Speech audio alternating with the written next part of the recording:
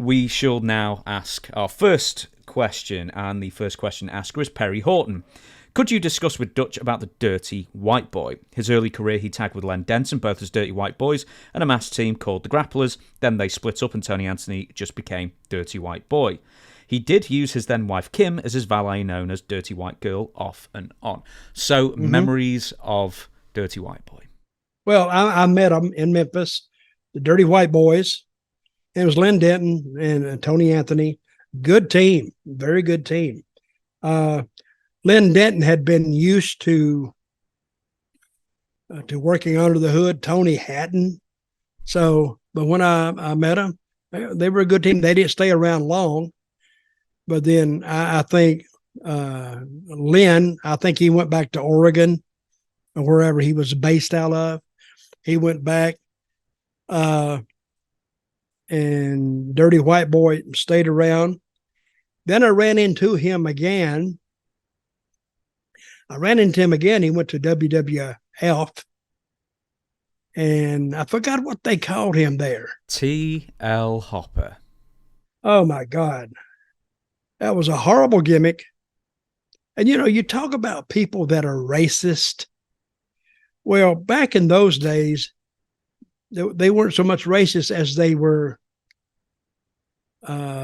geographically racist. Xenophobic. Because that's exactly. If you were down south, it was like a real southern accent, and like you were inbred. And I always took offense to that, but the real southern people didn't have any organizations like black people did to say something about it. So we just had to suffer through it. So he was like, he wore overalls and jeans and, picked eggs in the morning and chickens and slopped the hogs and milked the cows and talked. He just talked. It was just crazy. But anyway, he didn't last long there. I remember they had brought a bunch of different gimmicks in. He was one of them. I can't remember another one they brought in. I know one. Tracy Smothers they brought in briefly. He was Freddie Joe Floyd, which was a rib on the Briscoes' real names. Yeah, and that's another takeoff of Southern lifestyle. But I didn't much like that. They didn't stay around that long. But that's where I met Tony. But Dirty White Boy, good talent. And he finally went to Smoky Mountain, where I think he found the most success because he's from up in that area. And the people believed in him, and he drew some money in Smoky Mountain with Cornette.